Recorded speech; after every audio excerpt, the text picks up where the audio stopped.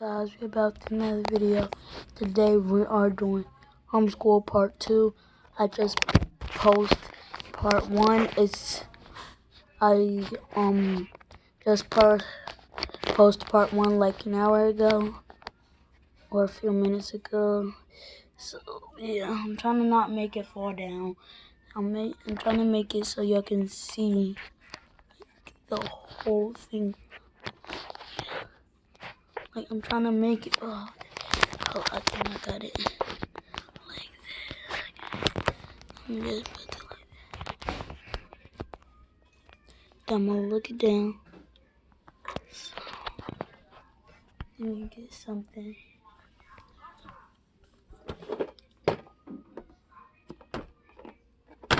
Okay, I'm gonna get this to hold it up.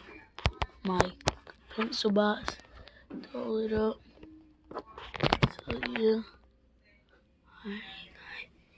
So I am in school because we gotta do homeschool. So yeah, let's get into it. Alrighty, it is 9:40, so we are gonna get started again. I need to see your face in the camera. And we are ready to begin. Brandon, turn your camera on. Jaheem, I need to see your face in the camera. Thank you. Shania, I need to see your face in the camera. Jalija, I need to see your face in the camera.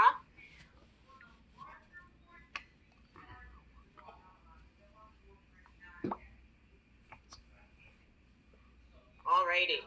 So we are going to begin reading from our chapter, Ramona Quimby. We know yesterday that she got on the bus to go to her first day of 3rd grade, and there was a not so nice boy on the bus, and he took her pink eraser that her dad gave her for good luck. And when he got off the bus, he started playing keep away with another boy, and she wanted her eraser back, and they were not giving it back. So I'm going to share my screen. Yes, it's done down. And I'm going to continue reading. And then I'm going to pose some questions to you. Alrighty. So here we go. Still fuming, Ramona entered her new school and climbed the stairs to find her assigned classroom, which she discovered looked out over roofs and treetops to Mount Hood in the distance. I wish it would erupt, she thought, because she felt like exploding with anger. Ramona's new room was filled with excitement and confusion. She saw some people she had known at her old school. Others were strangers. Everyone was talking at once, shouting greetings to old friends or looking over those who would soon become new friends, rivals, or enemies. Ramona missed Howie, who had been assigned to another room, but wouldn't you know, the yard ape Danny was sitting at a desk, still wearing his baseball cap and tossing Ramona's new eraser from one hand to another. Ramona was too frustrated to speak. She wanted to hit him. How dare he spoil her day? All right, you guys, quiet down, said the teacher. Ramona was startled to hear her class called you guys. Most teachers she had known would say something like, I feel like I am talking very loud. Is it because my room is noisy? She chose a chair at a table at the front of the room and studied her new teacher. A strange-looking woman with short hair and a deep tan, like my swimming teacher, thought Ramona. My name is Mrs. Whaley, said the teacher as she printed her name on the blackboard. Whaley. I'm a whale with a Y for a tail. She laughed, and so did her class. Then the whale with a Y for a tail handed Ramona some slips of paper. Please pass these out, she directed. We need some name tags until I get to know you. Ramona did as she was told, and as she walked among the desks, she discovered her new sandals squeaked. Squeak, creak, squeak. Ramona giggled, and so did the rest of the class. Squeak, creak, squeak. Ramona went up one aisle and down the other. The last person she gave a slip to was the boy from the bus, who was still wearing his baseball cap. You give me back my eraser, you you yard ape, she whispered. Try and get it, Bigfoot, he whispered back with a grin. Ramona stared at her feet. Bigfoot. Bigfoot was a hairy creature, 10 feet tall, who was supposed to leave huge footprints in the mountain snows of southern Oregon. Some people thought they had seen Bigfoot slipping through the forest, but no one had ever been able to prove he really existed. Bigfoot indeed. Ramona's feet had grown, but they were not huge. She was not going to let him get away with this insult. Superfoot to you, Yard Ape, she said right out loud, realizing too late she had given herself a new nickname. To her astonishment, Yard Ape pulled her eraser out of his pocket and handed it to her with a grin. Well, with her nose in the air, Ramona squeaked back to her seat.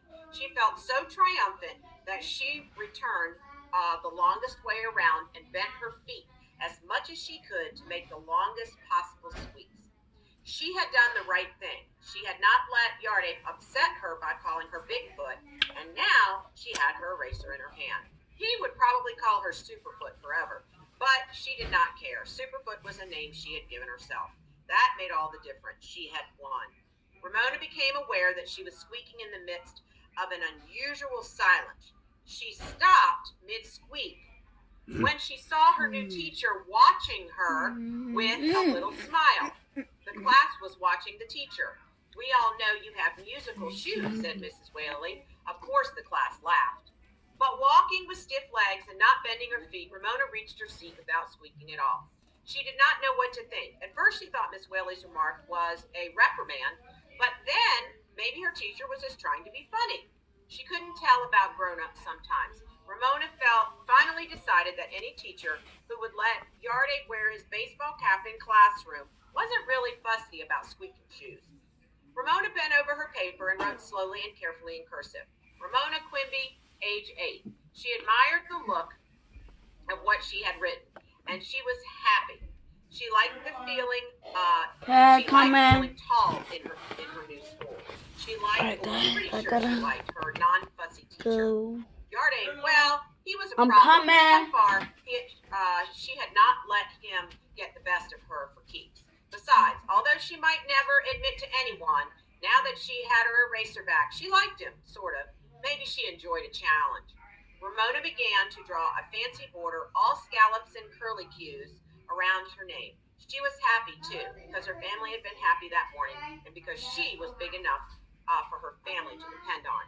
If only she could do something about Willa Jean.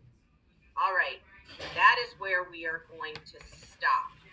I'm going to pose some questions to you on my whiteboard, and you are going to answer them.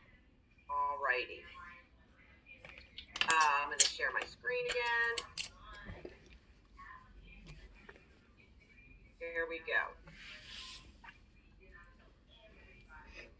My eraser.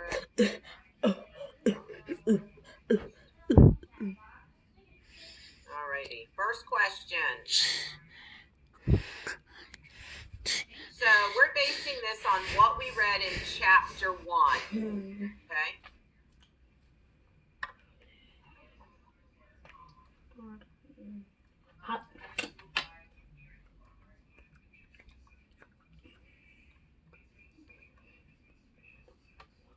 What was our